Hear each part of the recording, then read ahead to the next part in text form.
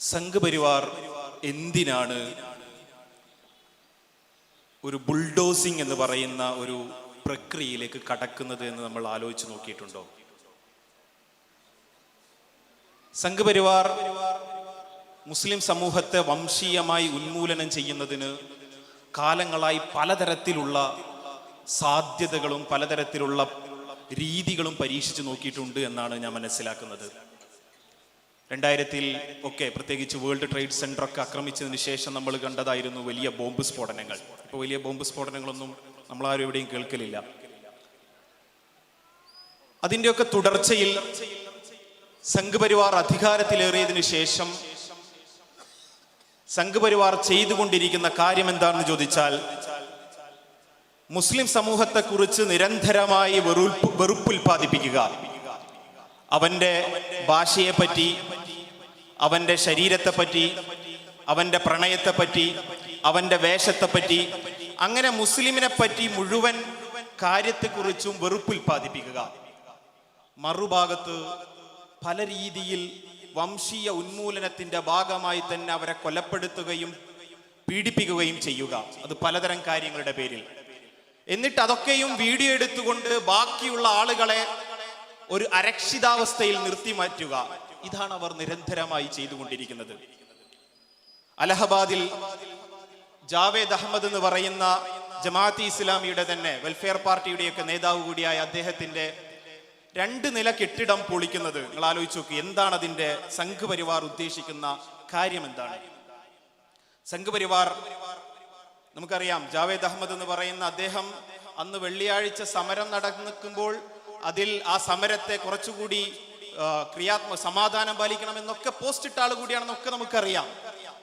അങ്ങനത്തെ വളരെ സ്വാധീനമുള്ള ഒരു സമുദായ നേതൃത്വത്തിന്റെ മുന്നിൽ നിൽക്കുന്ന ഒരാളെ അയാളുടെ വീട് ആക്രമിച്ചുകൊണ്ട് ബുൾഡോസിങ് ചെയ്യുന്നതിന്റെ കാരണം എന്താണെന്ന് ചോദിച്ചാൽ, അദ്ദേഹത്തിന്റെ വീട് നശിപ്പിച്ചുകൊണ്ട് 2 നില കെട്ടിടമുള്ള അദ്ദേഹത്തിന്റെ വീട് നശിപ്പിച്ചുകൊണ്ട് ബാക്കിയുള്ള സമുദായത്തിലെയും ബാക്കിയുള്ള ആളുകളെയും ഒക്കെ തന്നെയും അരക്ഷിത ബോധത്തിലേക്കും ഭീതിയിലേക്കും കൊണ്ടുപോവുക എന്നതാണ് സംഘപരിവാർ ആഗ്രഹിക്കുന്നത്. ഈ സ്ട്രാറ്റജി സംഘപരിവാർ അല്ല ചരിത്രത്തിൽ ആദ്യമായി ഉണ്ടാക്കിയെടുത്തത് നമുക്ക് കാണാൻ കഴിയും. ചരിത്രത്തിൽ ഉടനീളം നീതിക്ക് വേണ്ടി എഴുന്നേറ്റ് നിന്ന ആളുകളെ അവരുടെ നാവുകളെ നിശബ്ദരാക്കുവാൻ ചരിത്രം പരിശോധിച്ചു നോക്കിയാൽ മുഴുവൻ ഏകാധിപതികളും അനീതി നിറഞ്ഞ ഭരണാധികാരികളും തുടർന്നു വന്ന രീതി തന്നെയായിരുന്നു ഭയപ്പെടുത്തുക എന്ന് പറയുന്നത്. ബനു ഇസ്രായേൽ സമൂഹത്തെ, അതിന്റെ ആണുങ്ങളെ മുഴുവൻ ക്രൂരമായി കൊലപ്പെടുത്തിയ ഫറോവ ഒരു സമുദായത്തെ ഭീതിപ്പെടുത്താനായിരുന്നു ഉദ്ദേശിച്ചത്, നമുക്കറിയാവുന്നതാണ്. ഷൈബ് അബി താലിബിൽ പ്രവാചകൻ മുഹമ്മദ് മുസ്തഫ സല്ലല്ലാഹു അലൈഹി വസല്ലമയെ, അദ്ദേഹത്തെ വലിയ രീതിയിൽ ബഹിഷ്കരിക്കുന്നതിന്റെ ന്യായവും കാരണവും ഭീതിപ്പെടുത്തുക എന്നതായിരുന്നു. ചരിത്രത്തിൽ മുഴുവൻ മുസ്ലിം സമൂഹത്തെയും നീതിക്ക് വേണ്ടി എഴുന്നേറ്റ് നിന്ന ആളുകളെയും ഒക്കെ തന്നെയും ഏകാധിപതികൾ നേരിട്ടത് ഈ രീതിയായിരുന്നു നമുക്ക് കാണാൻ കഴിയും.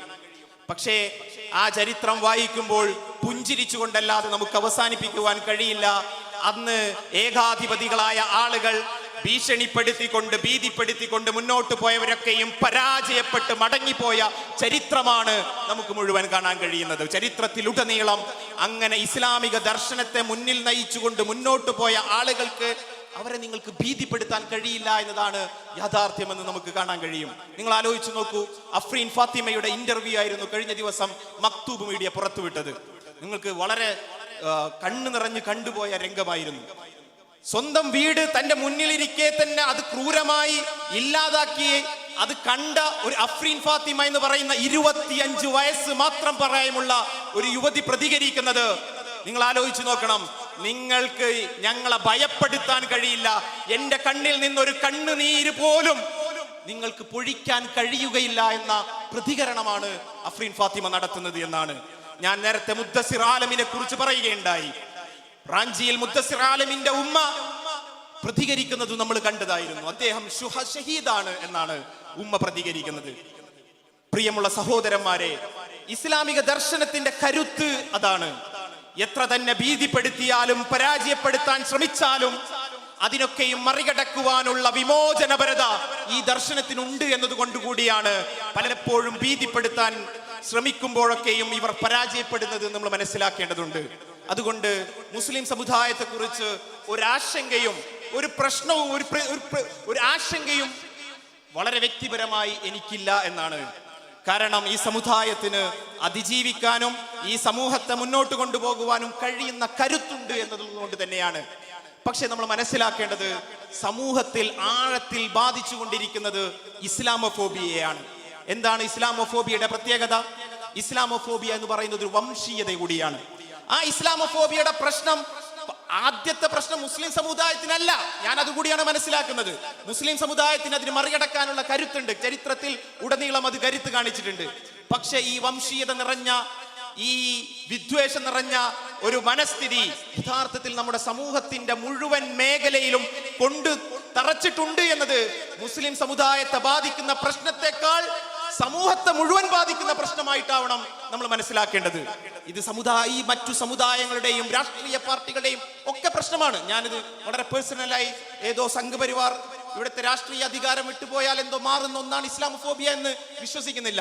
നിങ്ങൾക്കറിയാലോ, റാഞ്ചിയിൽ സംഘപരിവാറിന്റെ പോലീസ് അല്ലല്ലോ കൊലപ്പെടുത്തിയത്, അവിടെ മറ്റൊരു ഭരണാധികാരിയായിരുന്നു ഉണ്ടായിരുന്നു. നമുക്ക് കാണാൻ കഴിയും. കേരളത്തിൽ ഇസ്ലാമോഫോബിയയുടെ നിരവധി ഉദാഹരണങ്ങൾ നമ്മൾ കണ്ടതാണ്. അതൊക്കെയും ഉൽപ്പാദിപ്പിക്കപ്പെടുന്നത് ഇസ്ലാമോഫോബിയ കേവലം സംഘപരിവാർ അധികാരത്തിൽ മാറുമ്പോൾ മാറുന്ന ഒന്നാണ് എന്ന ബോധ്യത്തിലേക്കല്ലല്ലോ നമ്മൾ എത്തിക്കുന്നത്. അതുകൊണ്ട് നമ്മൾ മനസ്സിലാക്കേണ്ടത് ഇസ്ലാമോഫോബിയ യഥാർത്ഥത്തിൽ സമൂഹത്തെ ബാധിക്കുന്ന ഒന്നാണ്, സമുദായങ്ങളെ ബാധിക്കുന്ന ഒന്നാണ്, രാഷ്ട്രീയ പാർട്ടികളെ ബാധിക്കുന്ന ഒന്നാണ്.